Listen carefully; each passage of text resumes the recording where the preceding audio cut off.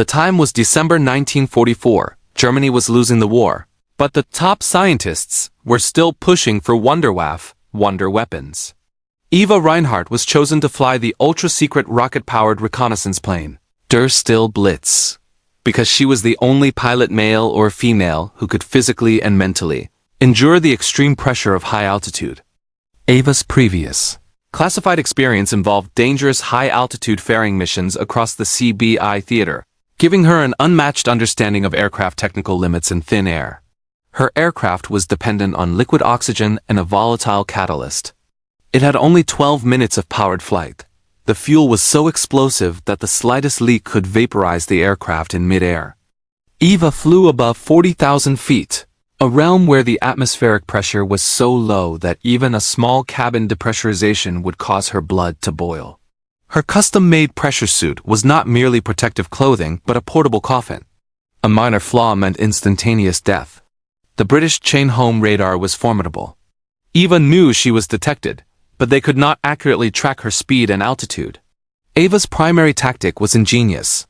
She would mask herself behind the British weather balloons. She set her onboard ECM system, which she had personally designed to mimic the radar signature of a large, slow cluster of weather balloons. It was a brilliant but momentary deception, giving her precious seconds to reach the target. Flying at the limits of human endurance, Eva activated the high-definition cameras and the crucial signal analyzer above the London Blackout. The city below was completely dark, but Eva was not there for visible light. She was there for the electronic signals emitted when the chain home shifted its frequency. She took the final exposures, capturing the critical data precisely during the 15-second blackout. The mission data was secured. A target too fast and too high to be a balloon. They scrambled the RAV's fastest modified Tempest fighter, codenamed the Hunter, piloted by the highly decorated squadron leader John. Control. I'm getting a signature that is anomalous. It's too high, it's not a balloon. It is silent, but moving too fast. I am going for an intercept. John climbed his Tempest to its operational maximum. Eva glanced at her fuel gauge. 50 seconds remaining. She had to immediately cut the rocket engine, or the entire aircraft would detonate, scattering her remains along with the wreckage. Eva shut down the rocket engine. Der Stille Blitz instantly became a massive high-speed glider. The screaming noise of the rocket engine was replaced by complete silence. A shocking transition that amplified the danger. She was gliding silently from 40,000 feet, bleeding off speed and altitude at a terrifying rate. John, the Hunter, finally spotted Eva's strange tailless plane near his wingtip.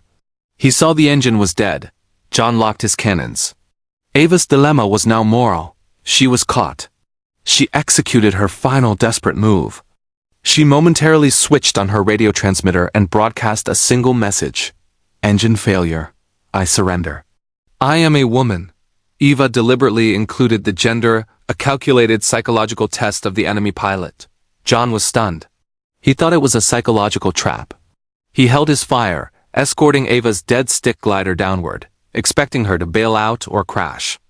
But Eva was not surrendering.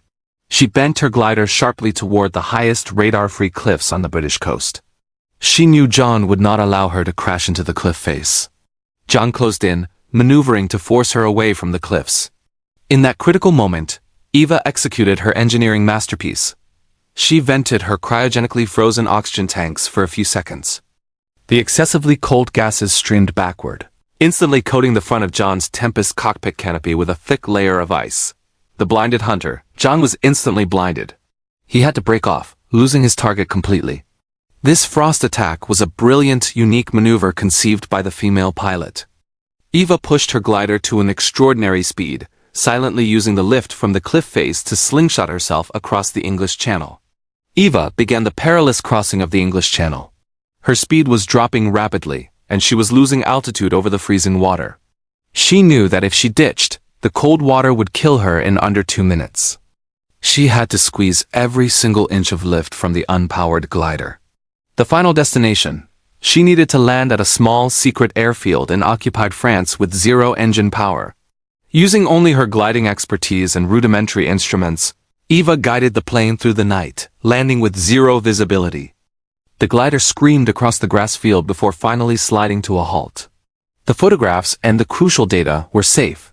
Operation Iron Lady was a technical success, exposing the structure of the British radar network. Major Eva Reinhardt never received an official Iron Cross or any reward. Her identity was kept secret, the records deliberately filed under a male pseudonym. After the war, Eva vanished, her files closed forever under a name that did not belong to her.